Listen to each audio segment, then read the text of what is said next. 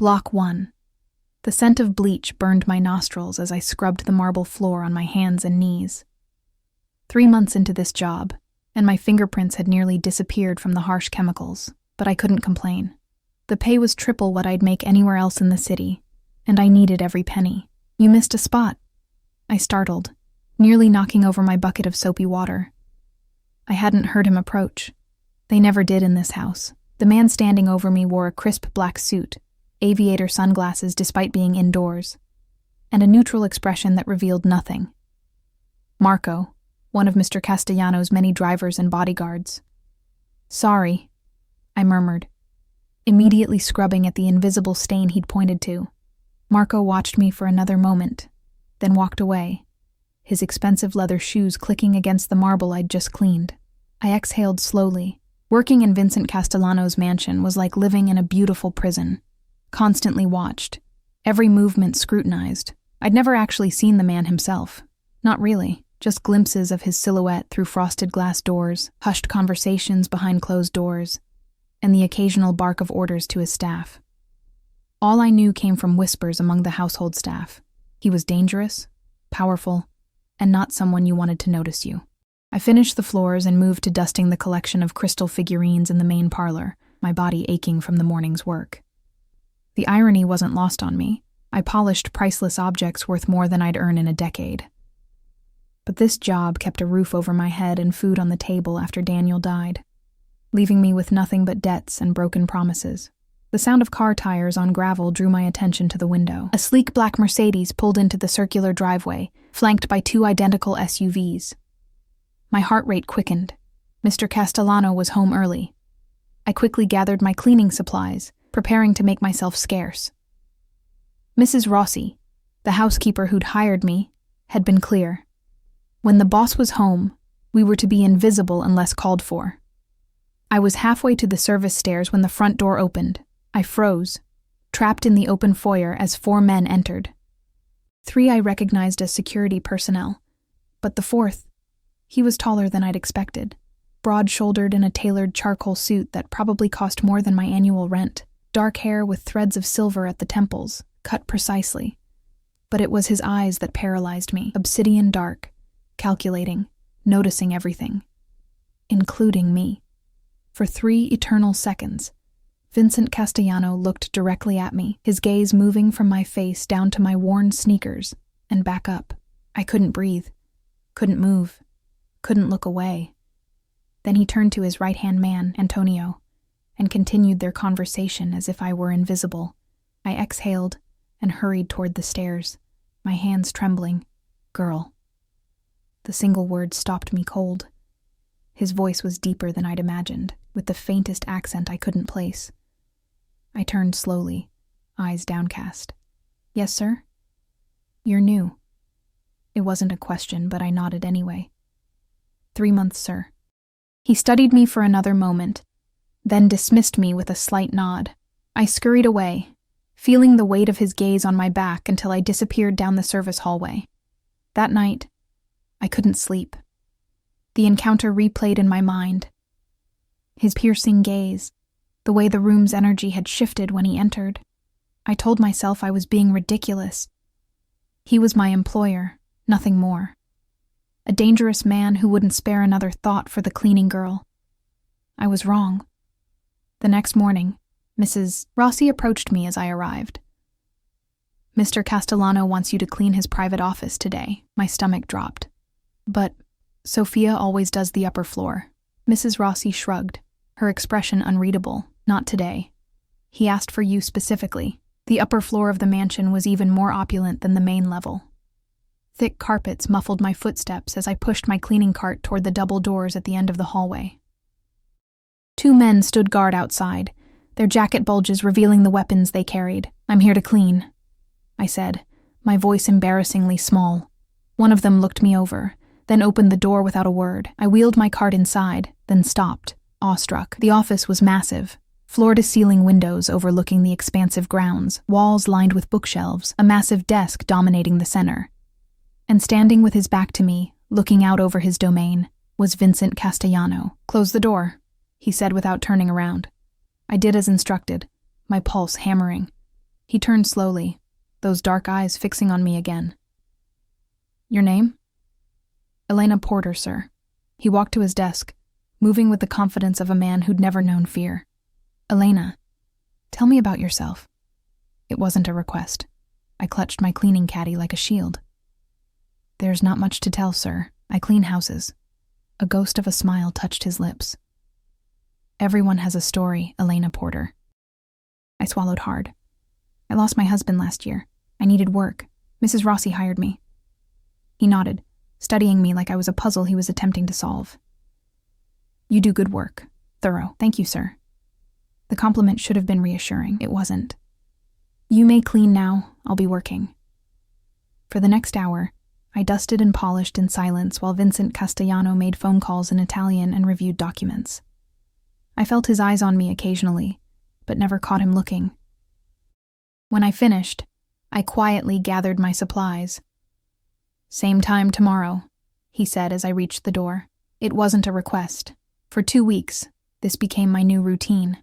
Every morning, I cleaned his office while he worked. Sometimes he asked questions, simple ones about my day or preferences. Sometimes we worked in complete silence. I began to relax marginally in his presence, though the electricity in the air never dissipated. Then came the day that changed everything. I was dusting the bookshelves when my phone vibrated in my pocket. I ignored it. No personal calls during work hours was rule number 1. It vibrated again, and again. Finally, I snuck a glance at the screen. 3 missed calls from Sister Mary at St. Catherine's Children's Home. My blood ran cold. Jamie, I'm sorry, sir, I blurted, forgetting protocol entirely. I need to make a call. It's an emergency. Vincent looked up from his desk, surprise momentarily crossing his features before his expression settled back into its usual impassivity. He gestured toward the door. Be quick. I hurried into the hallway, past the curious guards, and called back immediately. Elena, thank goodness, Sister Mary answered.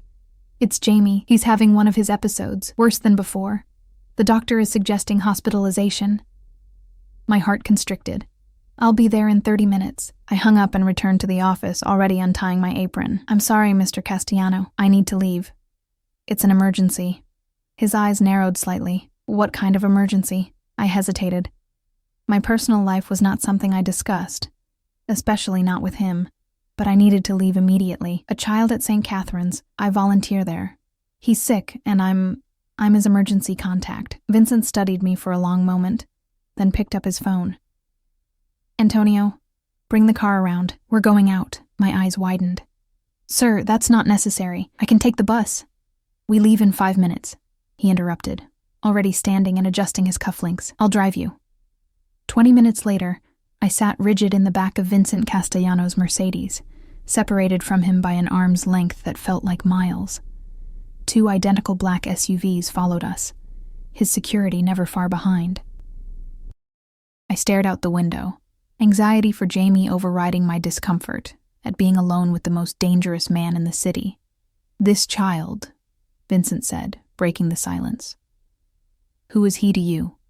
I hesitated, then decided the truth was simplest. His name is Jamie. He's 8. His mother was my best friend. When she died last year, there was no one else. Vincent nodded, something unreadable flickering in his eyes. And the father? Never in the picture, I replied, the familiar bitterness creeping into my voice. Jamie has severe asthma and anxiety. The attacks feed each other. I visit him every day after work. But I can't afford to take him in. Not yet. I hadn't meant to share so much, but stress had loosened my tongue. Vincent said nothing more as we pulled up to St. Catherine's, a worn brick building with peeling paint and a small playground. Wait here, I said, then immediately regretted my commanding tone. Please. To my surprise, Vincent stepped out of the car with me, signaling his security to remain behind. I'll accompany you. Sister Mary met us at the entrance, her eyes widening at the sight of Vincent and his entourage waiting outside. Elena, thank God. He's in the infirmary. I rushed down the familiar hallway, momentarily forgetting about the man following silently behind me. Jamie was huddled on a small bed, his thin shoulders shaking with each labored breath. The volunteer doctor stood nearby, adjusting an oxygen mask. "Jamie," I whispered, kneeling beside his bed. His small hand clutched mine desperately. "He needs specialized treatment," the doctor said quietly. "The medication isn't working as well anymore. He needs to see a specialist." The words hit me like physical blows. Specialists meant money I didn't have. "I'll figure something out," I promised, smoothing Jamie's damp hair from his forehead. "You'll be okay, buddy. Just breathe with me. In, out, that's it." Gradually his breathing steadied, his death grip on my hand relaxing slightly. Only then did I become aware of Vincent standing in the doorway, his dark gaze taking in everything. The shabby room, the outdated medical equipment, Jamie's worn pajamas. I stayed until Jamie fell asleep, exhaustion overtaking him after the attack.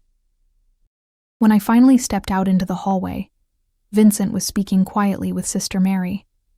They fell silent as I approached. "He's resting now," I said, suddenly self-conscious about the tear tracks on my cheeks. "I've made arrangements," Vincent said, his tone brooking no argument. "A specialist will see the boy tomorrow. Antonio will pick you up at 7. I stared at him, speechless. "Mr. Castellano, I can't possibly accept—" "It's done," he interrupted. "The car is waiting." The ride back to the mansion was silent. My mind raced with questions, with gratitude, with suspicion. Why would this man, who barely knew me, help Jamie? What would he expect in return? As we pulled through the gates of his estate, Vincent finally spoke again. "Take the rest of the day off. I expect you at 7 sharp tomorrow." I nodded, still overwhelmed. "Thank you," I managed. "For Jamie. I don't know how to repay—" "I don't want your repayment," he cut in, his voice suddenly harsh. Then, softer, "Just be here tomorrow." As I walked to the staff quarters, I felt something shift between us. A boundary crossed, a door opened that couldn't be closed again. I didn't understand his interest in me or in Jamie, but I knew with absolute certainty that Vincent Castellano was now irrevocably entangled in our lives, and that terrified me more than any threat he could have made. Sleep evaded me that night, my thoughts circling like hungry wolves. Vincent Castellano's unexpected kindness felt dangerous, more threatening than his coldness had ever been. People like him didn't help people like me without expecting something in return. The question was, what did he want? By morning, exhaustion had settled into my bones, but anxiety kept me alert. I dressed carefully in my cleanest jeans and a simple blouse, the best I could manage for a hospital visit. At precisely 7, I stood at the service entrance, my stomach in knots. Antonio was waiting, his usual stoic expression firmly in place. "Ms. Porter," he greeted with a curt nod, opening the car door. I expected to find Vincent inside. Instead, the back seat was empty. "Mr. Castellano had business to attend to this morning," Antonio explained, catching my confused expression in the rearview mirror. "He'll meet us at the hospital." The drive to St. Catherine's passed in tense silence. When we arrived, Jamie was already dressed and waiting, his small face pale, but excited at the prospect of riding in a fancy car. My heart clenched at how little it took to thrill him. "Where are we going, Lena?" he asked, his voice raspy from yesterday's attack. I buckled him into the middle seat, forcing a smile. "A special doctor who's going to help with your breathing. Is he nice?" "I'm sure she is," I answered, having no idea who we were actually seeing. Jamie's eyes widened as we pulled up to the gleaming private medical facility across town. "This place is for rich people," he whispered, clutching my hand. "Today it's for you," I whispered back, trying to sound more confident than I felt. Vincent was waiting in the lobby, engaged in quiet conversation with a distinguished-looking woman in a white coat. He turned as we entered, his gaze fixing first on Jamie, then shifting to me. Something unidentifiable flickered across his features, before his expression settled back into its usual mask. "Elena," he said, his deep voice sending an involuntary shiver down my spine. "This is Dr. Kaplan. She's the best pulmonary specialist in the state." Dr. Kaplan smiled warmly, crouching down to Jamie's level. "You must be James. I've heard you've been having trouble breathing." Jamie nodded solemnly, still partly hiding behind me. Well, let's see what we can do about that, shall we? She offered her hand, and after a moment's hesitation, Jamie took it. As Dr. Kaplan led Jamie toward the examination room, Vincent placed his hand lightly on my lower back, guiding me to follow. The warmth of his touch through my thin blouse was disorienting. "You look tired," he observed quietly. "I didn't sleep much," I admitted. His eyes lingered on my face. "You were worried I wouldn't come through on my promise." It wasn't a question, but I answered anyway. "No. I was worried about what it might cost." A ghost of a smile touched his lips. "Smart girl." Before I could respond, we entered the examination room where Dr. Kaplan was already listening to Jamie's chest. The next 2 hours passed in a blur of tests, consultations, and medical terminology that made my head spin. Jamie, brave as always, endured it all with minimal complaint, though his eyes sought mine frequently for reassurance. Throughout it all, Vincent remained. Not hovering, not intruding, but present, observing everything with those penetrating eyes. He spoke briefly on his phone several times, stepped out once for about 15 minutes, but otherwise stayed. I couldn't fathom why the head of a criminal empire would spend his morning in a doctor's office for a child he'd never met before yesterday. Finally, Dr. Kaplan sat us down with the results. "James has a severe form of asthma that's been inadequately treated," she explained. "The good news is that with the right medication regimen and possibly some minor procedures, we can significantly improve his quality of life." Hope bloomed in my chest. "So he can get better?" "Much better," she confirmed. "I'm prescribing a new inhaler, daily medication, and I'd like to see him again next week. We'll also schedule the bronchial thermoplasty to help reduce the airway constriction." My hope wilted as quickly as it had grown. Even with insurance, which Jamie barely had, these treatments would cost thousands. Money I simply didn't have. "I understand," I said mechanically, taking the prescriptions she offered. "I'd figure something out. I always did." "Dr. Kaplan will be overseeing James's care personally moving forward," Vincent interjected smoothly. "All expenses are covered." Dr. Kaplan nodded as if this were perfectly normal. "I've already called in the prescriptions to the pharmacy downstairs. They'll be ready by the time you leave." I sat frozen, unable to process what was happening. Jamie, sensing my distress, pressed against my side. "Lena?" he whispered. "Are you okay?" I forced myself to nod, to smile, to thank Dr. Kaplan. But inside, panic rose like floodwater. What was Vincent doing? Why? The debt I was accruing to this man grew by the minute, and I had no way to repay it. Vincent waited outside while I helped Jamie change back into his clothes. The boy was unusually quiet, his perceptive eyes darting between Vincent and me whenever we were together. "Is that man your boss?" he finally asked as I tied his shoelaces. "Yes," I answered simply. Jamie considered this. "He looks scary, but he's helping me. Like a villain who's actually good?" A startled laugh escaped me. "I'm not sure about that, buddy." "He keeps looking at you," Jamie continued, his observation unnervingly accurate, "like Dad used to look at Mom in the old pictures." My hands stilled. "That's enough, Jamie." After collecting the medications, we found Vincent waiting by the car. To my surprise, he opened the door himself rather than leaving it to Antonio. "I thought perhaps James might enjoy lunch before returning to St. Catherine's," he suggested, his tone casual, but his eyes watchful for my reaction. Jamie's face lit up. "Can we, Lena? Please?" "Trapped," I nodded. "That would be lovely. Thank you." We ended up at a small Italian restaurant that didn't look particularly impressive from the outside, but clearly catered to an exclusive clientele. The owner greeted Vincent personally, leading us to a private room in the back where a table was already set. No reservation had been made. They simply always kept a space ready for Vincent Castellano.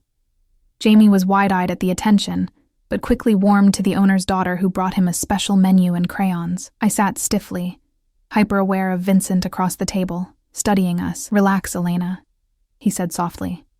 "Enjoy the meal." I tried, for Jamie's sake. The food was exquisite. Homemade pasta that melted in your mouth, bread still warm from the oven, a chocolate dessert that made Jamie giggle with delight. Throughout the meal, Vincent drew Jamie out with questions about his interests, his favorite subjects in school, His dreams. The boy responded cautiously at first, then with increasing animation. I watched in bewilderment as Vincent Castellano, feared crime lord, ruthless businessman, listened with apparent interest to an 8-year-old's detailed explanation of how dinosaurs went extinct. "You're very knowledgeable," Vincent told Jamie, who beamed at the praise. "Lena takes me to the museum whenever she can," he explained. "We've been 5 times. Vincent's eyes met mine over Jamie's head. "She takes good care of you. She's the best," Jamie said with the absolute conviction only children can muster. "When her husband died, she still came to see me every day, even though she was sad. And when my mom went to heaven too, Lena promised she'd never leave me." His voice dropped to a conspiratorial whisper. "She's saving money so I can live with her someday." Tears pricked my eyes. I hadn't known he'd understood that. Vincent's expression softened, almost imperceptibly. "Is that so?" After lunch, Antonio drove us back to St. Catherine's. Jamie fell asleep against my side, exhausted from the excitement. When we arrived, Vincent surprised me by stepping out of the car. "I'll speak with the administration," he said. "About James's medical needs." I carefully transferred the sleeping child to Sister Mary, who appeared both intimidated and intrigued by Vincent's presence. While they disappeared into the office, I sat in the worn reception area, emotionally and physically drained. 20 minutes later, Vincent emerged, his face unreadable. "It's time to go," he said simply. In the car, the silence stretched between us until I couldn't bear it any longer. "Why are you doing this?" I finally asked, my voice barely above a whisper. Vincent gazed out the window, the setting sun casting shadows across his sharp features. "Does it matter?" "To me, yes." I turned to face him fully. "Jamie is everything to me. If you expect something in return, stop." His voice was hard as steel. "Don't insult me, Elena." "Then what?" "People like you don't help people like me without reason." "People like me," he repeated, a dangerous edge to his voice. "And what kind of person am I exactly?" I swallowed hard. "Powerful." "Dangerous. Used to getting what you want." His laugh was without humor. "You know nothing about what I want." The car pulled through the gates of the estate, ending our conversation. Before I could open my door, Vincent's hand closed around my wrist. Not painfully, but inescapably. "Have dinner with me tonight," he said. Not a question. Never a question with him. I stared at his hand on my wrist, then up at his face. "Is that an order, Mr. Castellano?" "Vincent," he corrected, and no. "It's an invitation. An invitation I couldn't refuse." We both knew it. "What time?" I asked. 8. "Antonio will come for you." I nodded, slipping out of the car and hurrying toward the staff quarters, feeling his eyes on me until I disappeared inside. As I showered and changed into the only decent dress I owned, a simple black sheath I'd worn to Daniel's funeral, I tried to make sense of the day, of Vincent Castellano's interest in Jamie, in me. The man was an enigma wrapped in danger, and every instinct told me to run as far and as fast as I could, but Jamie's smiling face kept appearing in my mind. For the first time in over a year, he had hope, access to care, a chance at a normal life, and it was all because of the man I was about to have dinner with. At precisely 8 o'clock, I emerged from my room to find Antonio waiting. He led me not to the main house, but to a separate structure on the grounds, a glass-walled building overlooking the cliffs and the sea beyond. My pulse raced as Antonio opened the door and ushered me inside, then discreetly disappeared. Vincent stood with his back to me, silhouetted against the panoramic view, a glass of amber liquid in his hand. He turned slowly, his eyes capturing mine, and I felt something shift in the air between us, like the moment before lightning strikes. "Elena," he said, my name a caress in his mouth. "Welcome." The space was intimate, a private dining room with a small table set for 2, candles casting golden light across fine china and crystal. Classical music played softly from hidden speakers. It was romantic, intentionally so, and that realization sent a flutter of alarm through me. Vincent approached, his movements fluid and controlled. He'd changed from his business suit into charcoal slacks and a black shirt, open at the collar, more casual, yet somehow even more intimidating. "You look beautiful," he said, his eyes traveling over me in a way that made my skin warm. "Thank you," I managed, suddenly aware of how plain my dress was, how obviously cheap compared to the luxury surrounding us. He pulled out my chair, and I sat, hyper-aware of his proximity as he moved to the opposite side of the small table. A server appeared from nowhere, pouring wine into my glass before disappearing as silently as he'd come. "I hope you like Italian," Vincent said, the ghost of a smile touching his lips. "The chef prepared something special." I took a sip of wine, needing something to steady my nerves.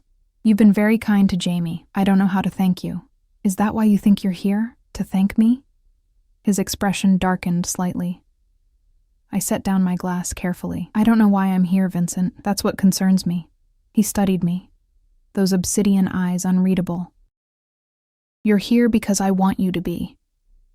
Because since the moment I saw you, I haven't been able to stop thinking about you." The blunt admission stunned me into silence.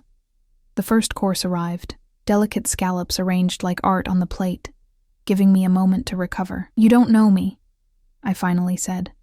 "I know more than you think." He took a sip of his wine, eyes never leaving mine. "Elena Porter, née Mitchell, 28 years old. Married at 23 to Daniel Porter, who died 15 months ago in what was ruled an accident." His voice hardened on the last word. "You worked as a teacher before your husband's death left you with significant debt. You visit James Sullivan at St. Catherine's every day, bringing him books and spending your limited free time with him. His mother was Catherine Sullivan, your roommate in college." Ice slid down my spine. "You've been investigating me. I like to know who works in my home."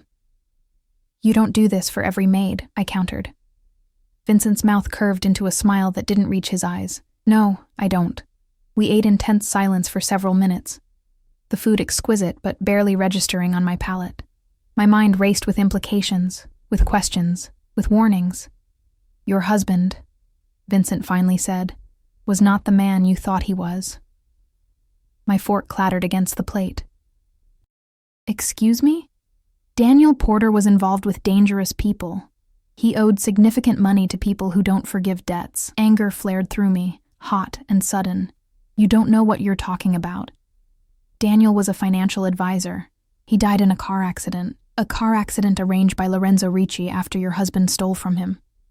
Vincent's voice was gentle, at odds with the brutality of his words. "A theft that put you in Ricci's crosshairs as well." The room seemed to tilt around me. "That's not possible. The debts you've been paying? They weren't from bad investments. They were from gambling.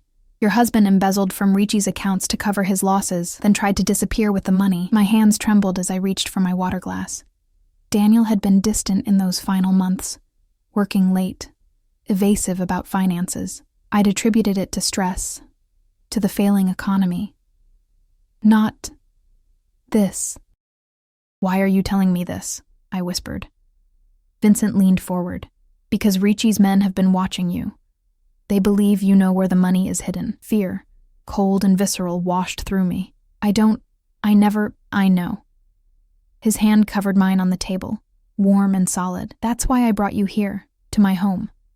For protection." I stared at him, pieces falling into place with sickening clarity. "You knew? All this time? The job was to keep you safe?"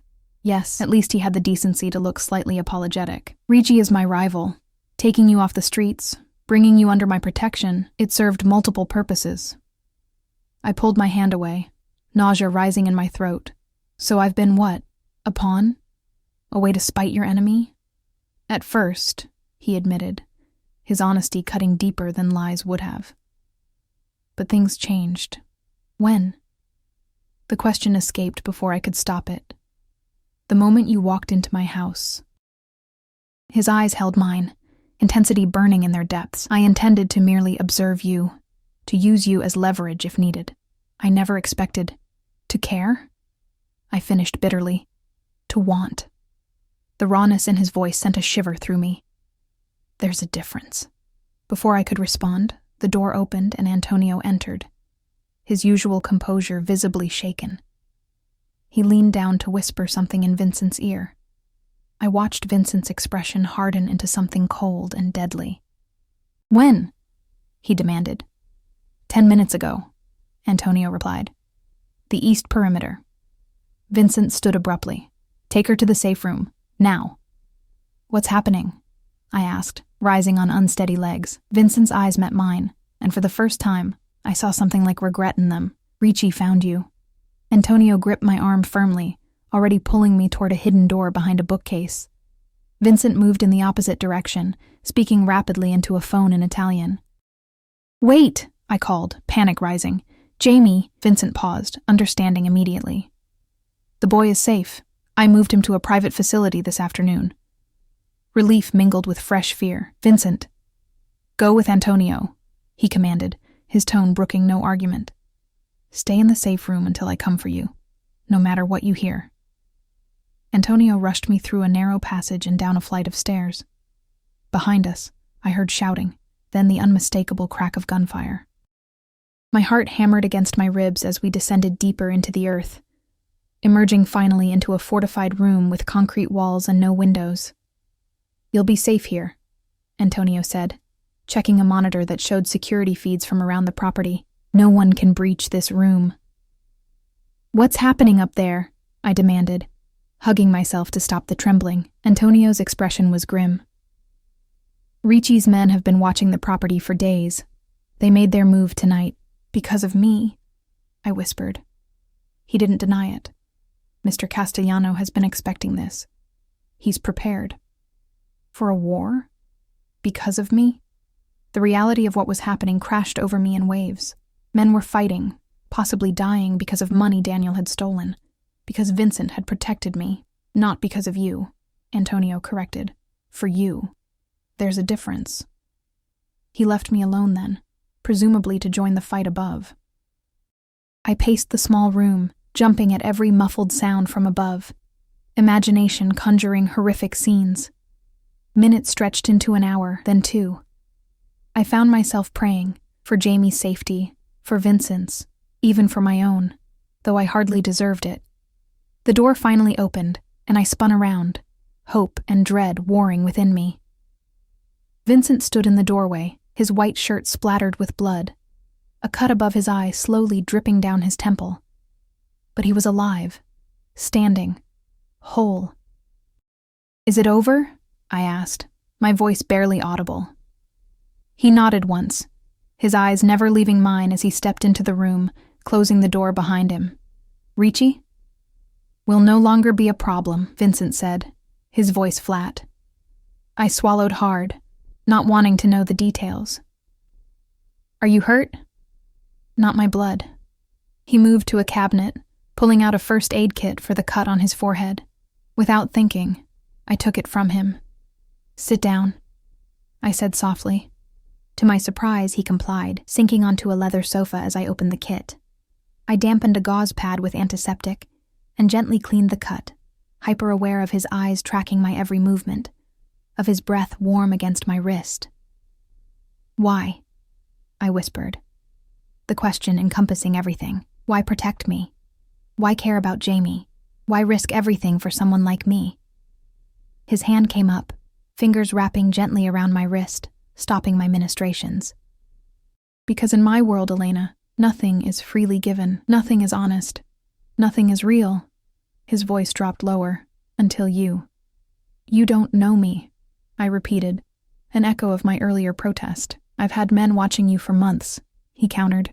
"I know how you bring food to the homeless man on your corner, how you read to the elderly woman in your building, how you spend every spare penny on that boy."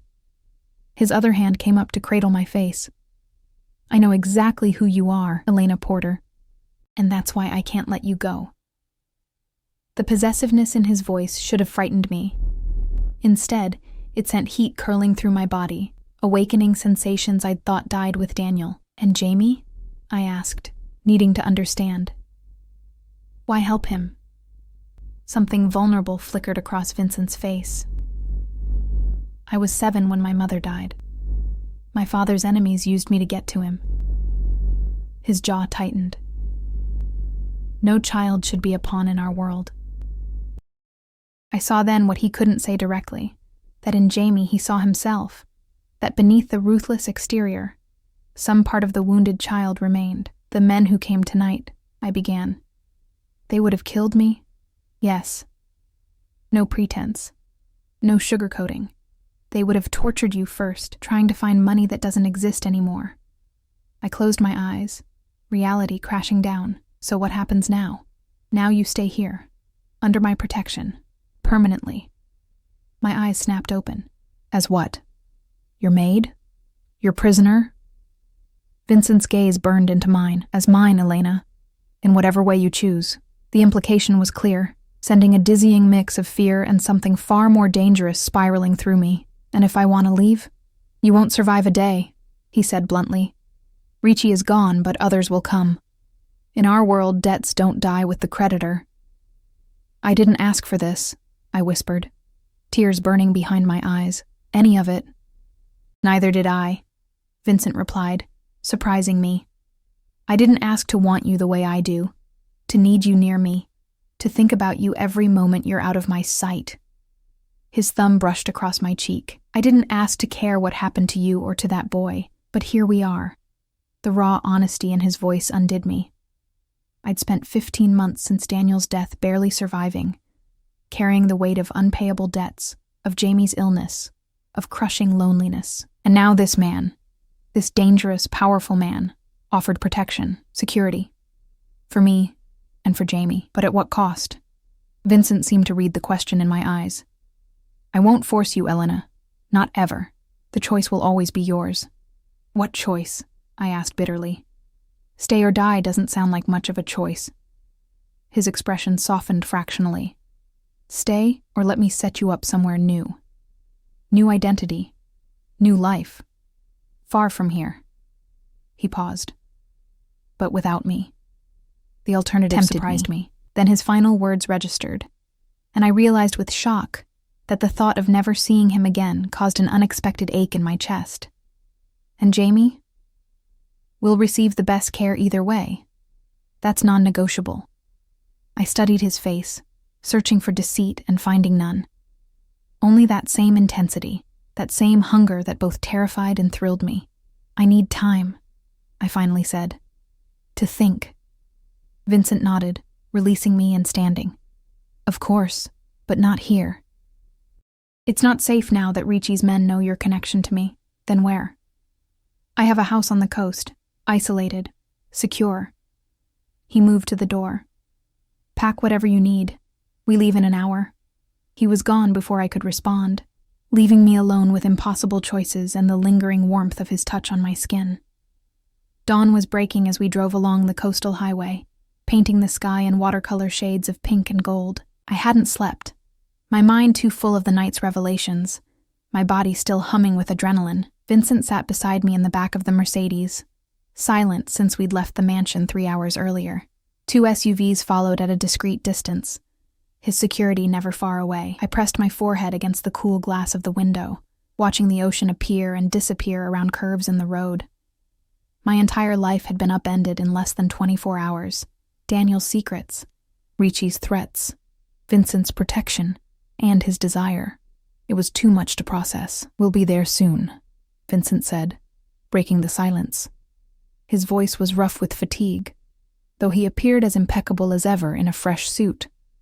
I nodded, not trusting myself to speak. In the front seat, Antonio kept his eyes on the road, but I knew he missed nothing. Jamie? I finally asked, the question that had been burning in my throat. Is comfortable at the private facility? Vincent answered. My personal physician is monitoring him. He thinks he's on a special vacation while you're away on business.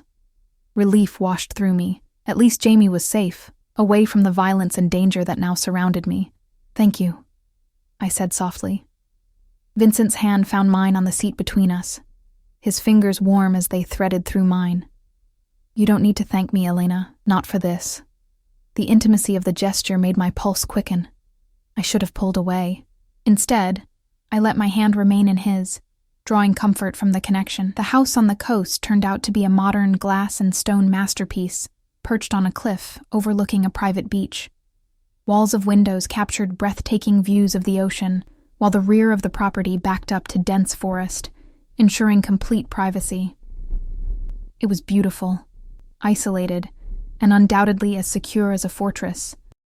Vincent led me through the main living area with its soaring ceilings and minimalist furnishings, out to a deck that wrapped around the seaward side of the house. "Your room is upstairs, first door on the right," he said. "I've had clothes brought for you. Antonio will bring your things from the car." I nodded, suddenly exhausted as the adrenaline finally ebbed from my system. "And you?" "I have calls to make. Business to attend to." His eyes softened slightly. "Rest, Elena. We'll talk when you wake." I found the bedroom easily, a serene space in shades of blue and gray that echoed the ocean view outside its windows. The closet was filled with new clothing in my size, tags still attached, designer pieces I could never have afforded. On the bed lay silk pajamas and a robe. After showering away the lingering fear and tension in the luxurious marble bathroom, I crawled between the softest sheets I'd ever felt and fell into a deep, dreamless sleep. When I woke, the light had changed, the sun now hanging low over the water. I'd slept the entire day away. After dressing in jeans and a simple sweater from the provided wardrobe, I ventured downstairs, following the scent of food to the kitchen. Vincent stood at the massive island, sleeves rolled up, deftly chopping vegetables. The domestic scene was so at odds with the dangerous man I'd seen last night that I stopped short in the doorway. He looked up, a smile tugging at the corner of his mouth. "You're awake. You cook?" The question escaped before I could stop it. "When I have the time." He gestured to a stool on the opposite side of the island. "Sit. Wine?" I nodded, still processing this unexpected side of him. Vincent poured a glass of red and slid it toward me, then returned to his preparation. "I spoke with Dr. Kaplan," he said as he worked. "Jamie's procedure is scheduled for next week. She's optimistic about the results." Gratitude welled up in my throat. "I don't know how I'll ever repay you for helping him." Vincent's hands stilled, his eyes finding mine. "Elena, understand this now. I don't want your gratitude or your debt, especially not for the boy." "Then what do you want?" The question hung between us, loaded with implications. He resumed cooking, his movements precise and controlled. "Right now, I want you to eat. You missed breakfast and lunch." I sipped my wine, watching him work. In the soft evening light, with his guard slightly lowered, Vincent Castellano was devastatingly handsome, dangerous in an entirely different way. "Tell me about Jamie," he said after a comfortable silence had settled between us. So I did. I told him about how I'd met Catherine in college, how we'd remained close after graduation, how she'd gotten pregnant after a brief relationship and decided to raise Jamie alone, how I'd become his godmother and a constant in his life, how Catherine's sudden illness had taken her within months, leaving Jamie with no one but me. "And your husband?" Vincent asked, plating pasta with a rich, fragrant sauce. "He didn't share your attachment to the boy?" A bitter smile touched my lips. "Daniel tolerated my relationship with Jamie, but he always had excuses for why we couldn't take him in after Catherine died. Money, space." I shook my head. I see now there were bigger reasons. Vincent placed a plate in front of me, then came around the island to sit beside me rather than across. His proximity sent a flutter of awareness through me. "Your husband was a fool in more ways than one," he said quietly. We ate in companionable silence, the pasta every bit as delicious as anything from the restaurant the day before. After cleaning up together, another strangely domestic moment, Vincent led me to the deck where we sat with fresh glasses of wine, watching the sunset paint the sky in brilliant oranges and reds. "It's beautiful here," I said, letting the peace of the moment wash over me. "I come here when I need to think, to be away from everything." There was a vulnerability in his admission that touched me. "And now?" Vincent turned to face me, his expression serious. "Now I'm here because you need a safe place to make your decision." He paused. "I meant what I said, Elena. I can set you and Jamie up somewhere new. Or I stay with you." I finished for him. "Under your protection. With me," he corrected gently. "Not under me. Not beneath me. With me." The distinction was important, I realized. He wasn't offering to make me a kept woman or a subordinate. He was offering partnership. "I barely know you," I whispered, though it felt like a lie even as I said it. Something about Vincent called to something in me, a recognition that went beyond our brief acquaintance. Then know me, he said simply. Ask me anything. So I did. As night fell and stars appeared above us, I asked about his childhood, his rise to power, his business, both legitimate and otherwise. He answered everything with unflinching honesty, never sanitizing the truth or making excuses for who and what he was. He'd been born to Italian immigrants, his father a low-level enforcer who had clawed his way up through the ranks. His mother had died when he was young, leaving him in the care of a father who'd been both loving and brutal. At 17, Vincent had taken his first life, a rival who'd threatened his father. By 25, he'd built his own organization. By 30, he'd made it legitimate enough to withstand scrutiny while maintaining the power and reach of his less lawful enterprises. Do you regret any of it? I asked, watching his profile in the moonlight. No, he answered immediately, then reconsidered. Some of it. Necessary evils. Like killing Ricci? Vincent turned to me, his eyes glittering in the darkness. I won't apologize for protecting what's mine. A shiver ran through me that had nothing to do with the cool night air. And am I yours, Vincent? His hand came up to trace my cheekbone, his touch feather light. That's what you need to decide. Later, as I lay in bed staring at the moon-silvered ocean through the windows, I confronted the truth I'd been avoiding. The attraction I felt for Vincent Castellano went beyond gratitude or fear or Stockholm Syndrome. There was something between us. A pull. A connection I couldn't explain but couldn't deny either. He was dangerous, yes. Violent when necessary. Unapologetic about the life he led. But he had also shown me tenderness, honesty, and a fierce protectiveness that made me feel safer than I had in years. With Daniel, I'd lived with the illusion of security that had shattered upon his death. With Vincent, I faced the reality of danger, but with the certainty of his protection. Was that enough? Could I build a life with a man who lived in constant danger, who had blood on his hands? Could I subject Jamie to that world, even if it meant security and the medical care he desperately needed? I didn't sleep much that night, my mind circling the same questions without finding answers. The next morning, I found Vincent in his study, phone pressed to his ear as he gazed out at the ocean. He ended his call when I entered, turning to face me with careful neutrality. Jamie called, he said. He'd like to speak with you. My heart leapt. Is he okay? See for yourself. Vincent gestured to a laptop on his desk. The screen showed a video call waiting to connect. I sat down, hands trembling slightly as I clicked to accept the call. Jamie's face filled the screen, his smile bright and untroubled. Lena, guess what? I'm at a special hospital with games and a swimming pool, and Dr. Kaplan says I can go swimming after my breathing gets better. Tears pricked my eyes at his excitement.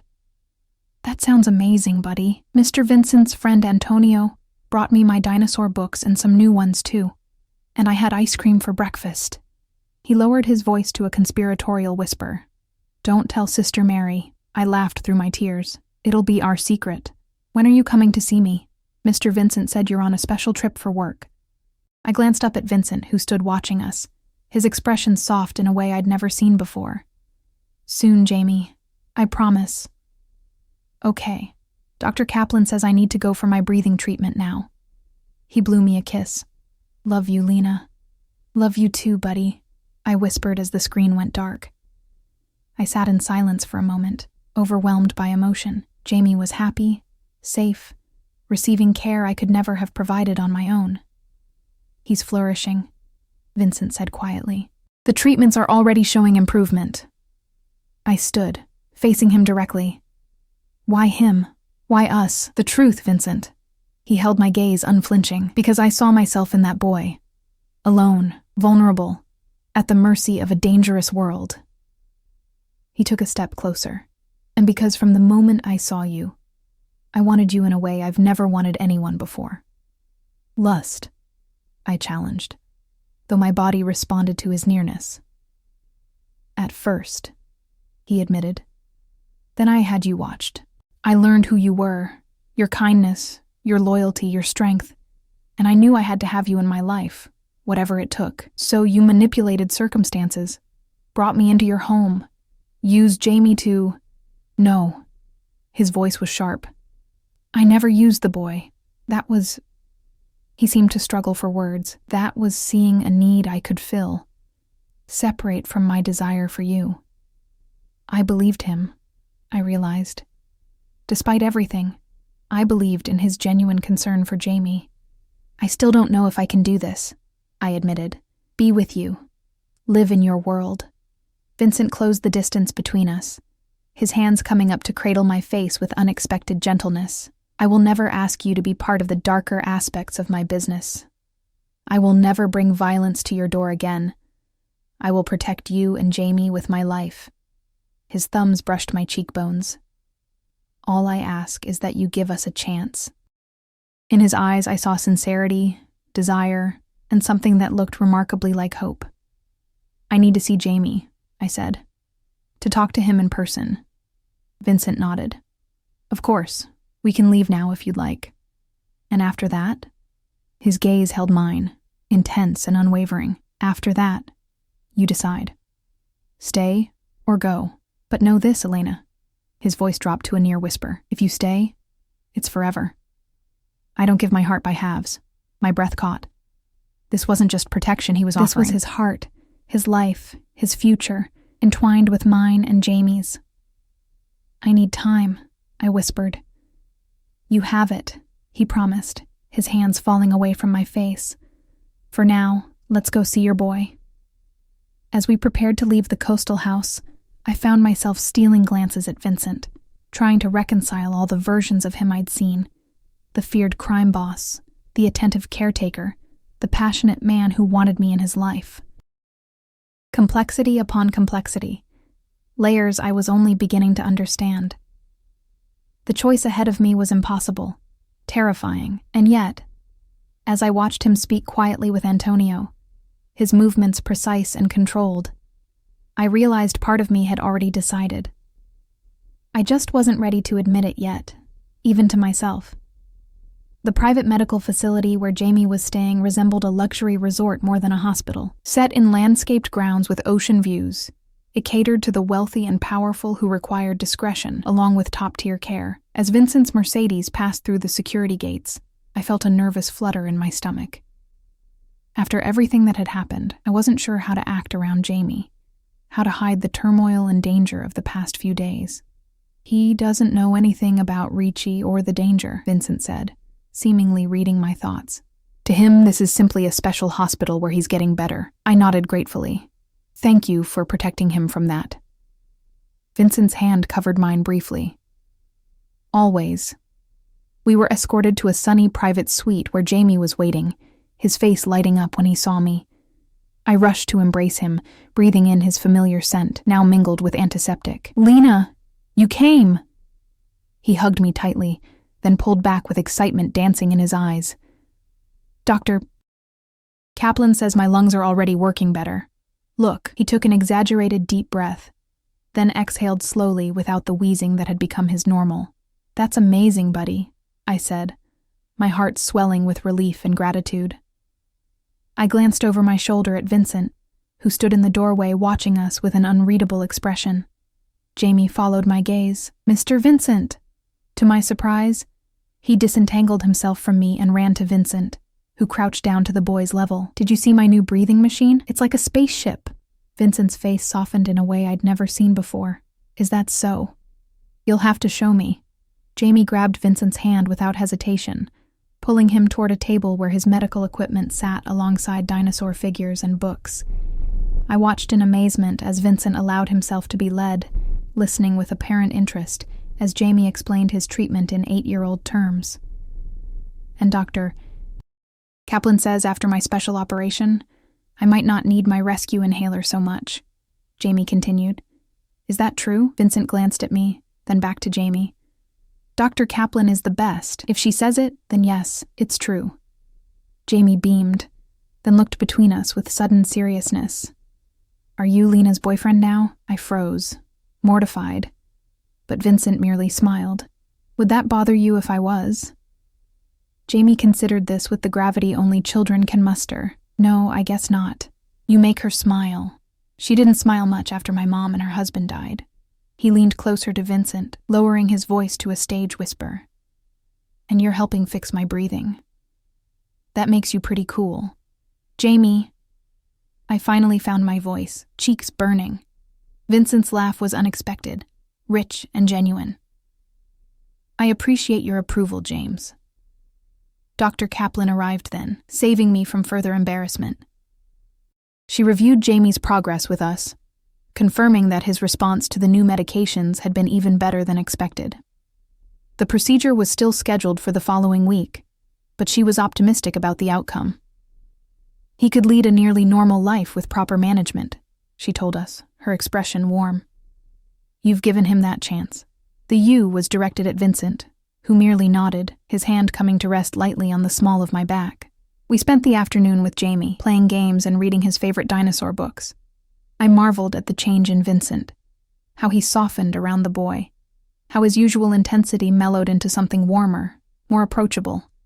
He taught Jamie a card game, explaining the rules with infinite patience, celebrating the boy's victories without the condescension adults often show children. As evening approached, Jamie grew tired, his eyes drooping despite his protests. We should let you rest, I said, tucking him into the hospital bed that had been disguised to look like a regular one. Will you come back tomorrow? He asked, clutching my hand. I glanced at Vincent, who nodded slightly. Yes. We'll visit again tomorrow. Both of you? Jamie looked to Vincent, who stood at the foot of the bed. Both of us, Vincent confirmed. Jamie smiled sleepily. Good. I like when you're together. You look at Lena the way princes look at princesses in my storybooks. My cheeks flushed again, but Vincent didn't deny it. Instead, he stepped forward and gently ruffled Jamie's hair. Sleep well, James. We'll see you tomorrow. In the car heading back to the coastal house, a comfortable silence settled between us. The sun was setting over the ocean, painting the sky in brilliant hues of orange and pink. Thank you, I said finally, for everything you've done for Jamie. Vincent turned to me, his expression unusually open. You don't need to thank me. Seeing him improve, seeing your relief, that's enough. He likes you, I observed. He's usually shy around men. Children are good judges of character, Vincent replied. They sense intentions before they understand words. I studied his profile, illuminated by the golden light of sunset. And what are your intentions, Vincent? With Jamie? With me? He was quiet for a long moment, his eyes on the horizon. I want to give you both the life you deserve. Safety, security, happiness. His hand found mine in the space between us. I want to wake up next to you every morning. I want to watch James grow up healthy and strong. I want to build something that lasts beyond the empire I've created. The raw honesty in his voice made my breath catch. You barely know me. I echoed my earlier protest, though it felt hollow now. Vincent's fingers tightened around mine. I know enough. I know what matters. At the house, we ate dinner on the deck, watching stars emerge above the endless expanse of ocean.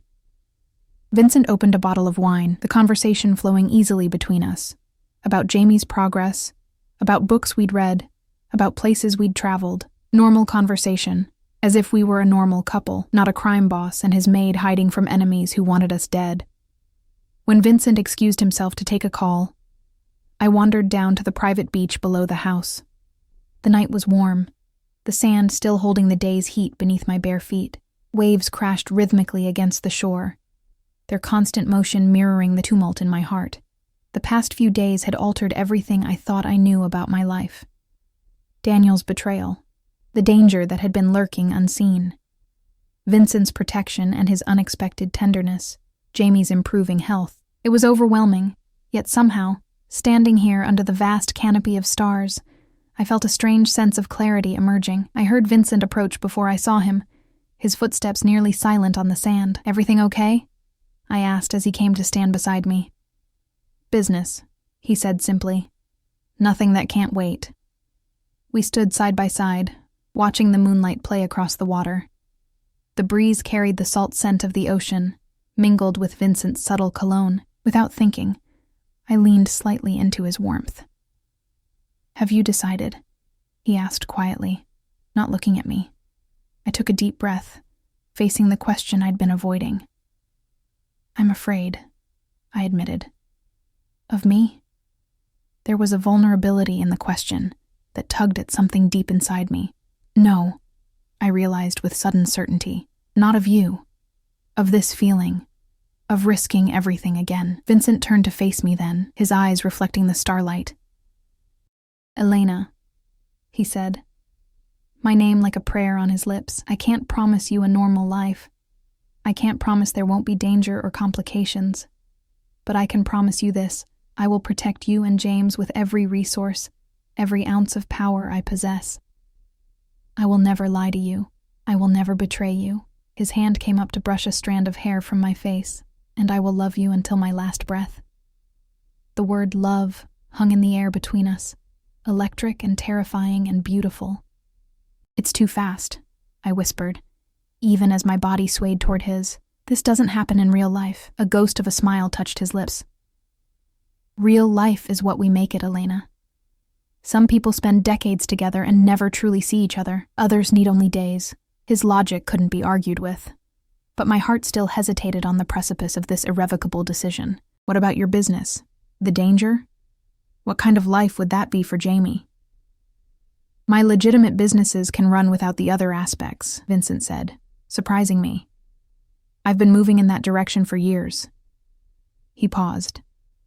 For the right reason, I could accelerate that transition.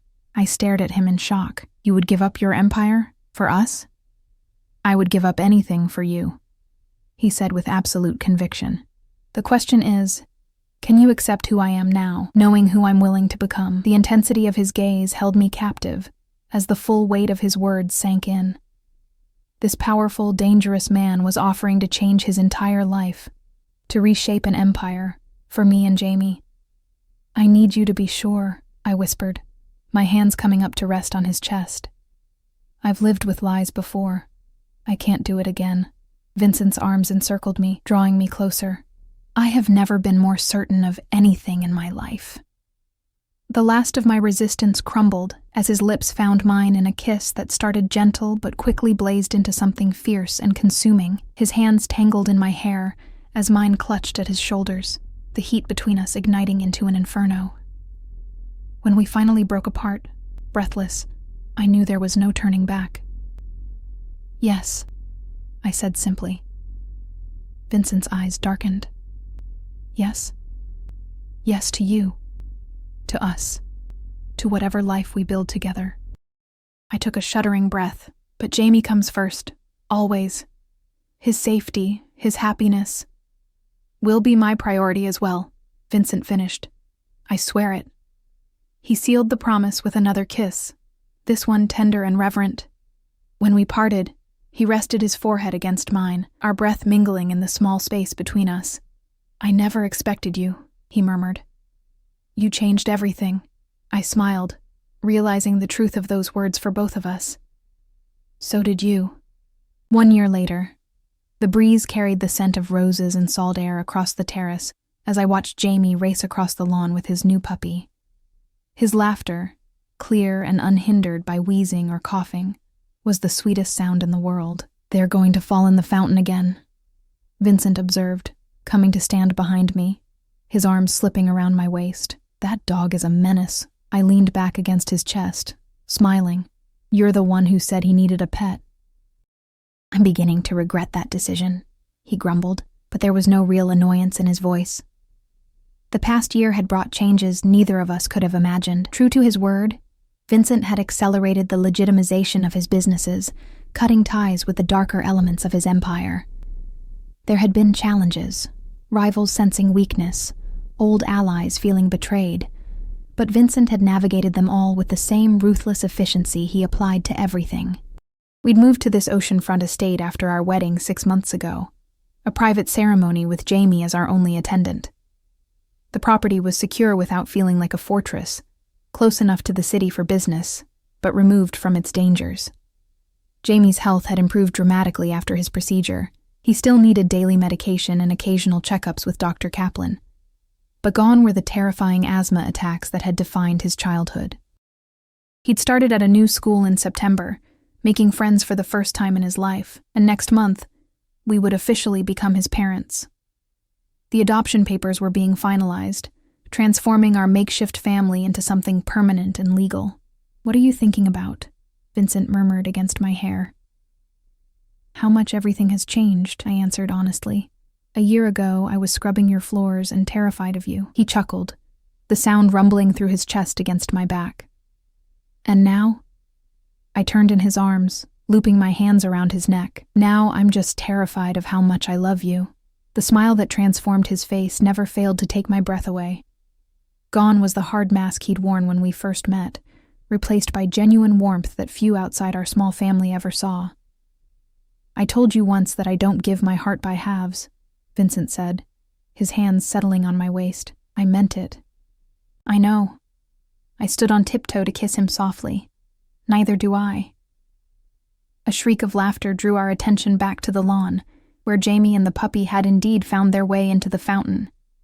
The boy was soaking wet, his face alight with joy as the dog barked and splashed beside him. Vincent sighed dramatically. "I'll get towels." I caught his hand before he could move away. "Wait." I guided his palm to rest on my stomach, still flat but containing our newest secret. "We're going to need a bigger house." His eyes widened, then filled with such tenderness it made my heart ache. "Elena, I just found out yesterday," I said, smiling through sudden tears. Dr. Kaplan confirmed it. Vincent pulled me against him fiercely, his arms wrapping around me as if he might never let go. "I never dared to dream of this," he whispered against my hair. "Of you, of James, of a family." I leaned back to look into his eyes, seeing the emotion he still struggled to express. "For a man who plans everything, you certainly didn't see me coming. The best things in life are unplanned," he replied, his hand still resting protectively over our unborn child. "You taught me that." As Jamie's laughter rang out across the gardens, and Vincent's lips found mine again, I marveled at the strange, beautiful journey that had brought me here. From cleaning floors to standing as the equal partner of the man who had once terrified me. From barely surviving to truly living. All because a Mafia boss had sent his driver to spy on his maid, and what I'd done for a child had changed everything.